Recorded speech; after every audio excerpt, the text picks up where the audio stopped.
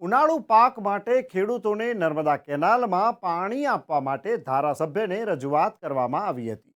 હળવદ તાલુકામાં નર્મદાની 3 કેનાલો આવેલી છે, જેના થકી ખેડૂતોને સિંચાઈ માટે પાણી મળી રહે છે। ત્યારે આ વર્ષે સારો વરસાદ થતાં નર્મદા ડેમ પણ ઓવરફ્લો થયો હતો। ત્યારે ગત સાલ પાછોતરા વરસાદથી કપાસના પાકમાં નુકસાન આવ્યું હતું અને શિયાળુ સિઝનમાં આ વર્ષે ખેડૂતોએ જીરુંનું વાવેતર કર્યું હતું, પણ જીરુના પાકમાં સુકારાના રોગથી મોટા ભાગના ખેડૂતોને નુકસાની વેઠવાનો વારો આવ્યો હતો, જેથી ખેડૂતો ઉનાળુ પાક પર નિર્ભર હોય। ઉનાળુ પાક માટે નર્મદા કેનાલમાં પાણી આપવામાં આવે તેવી મોરબી જિલ્લા પંચાયતના કારોબારી ચેરમેન પ્રવીણભાઈ સોનગરા અને ચરાડવા ગ્રામ પંચાયતના સરપંચ લક્ષ્મીબેન રતિલાલ પરમારે હળવદ ધ્રાંગધ્રાના ધારાસભ્ય પ્રકાશભાઈ વરમોરાને રજૂઆત કરી હતી।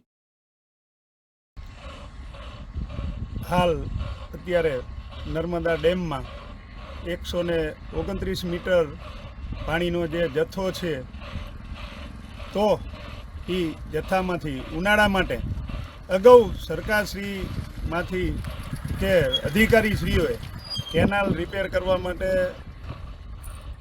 માર્ચ 15 તારીખે જે પાણી બંધ કરવાની જાહેરાત કરેલ છે, એના હિસાબે હાલ કોઈ ખેડૂતો ઉનાળુ તલની વાવેતર કરી શકતા નથી। તો અમારા ખેડૂતની રજૂઆત અને ઉનાળામાં તલ માટે પાણીની સિંચાઈ માટે તલ માટે આપે 3 શાખામાં, તો આ ખેડૂતોને લાખોની નહીં પણ કરોડોની આવક થઈ શકે।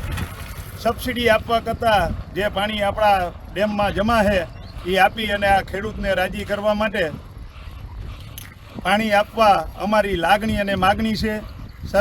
અને અહીંથી અમારા સરપંચશ્રી અને ચેરમેનશ્રી તરફથી પ્રકાશભાઈ વરમોરા ધારાસભ્યશ્રીને રજૂઆત કરી છે।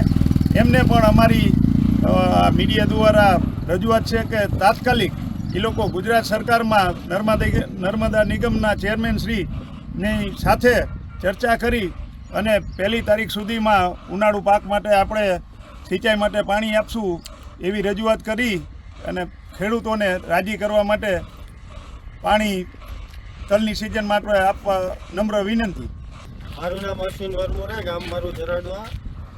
જે કહેવાનું કે ઉનાળુ પાણી પિયત માટે આપે જો 1 તારીખ લગીમાં, તો ખેડૂતને પિયત ટાઈમે થઈ જાય।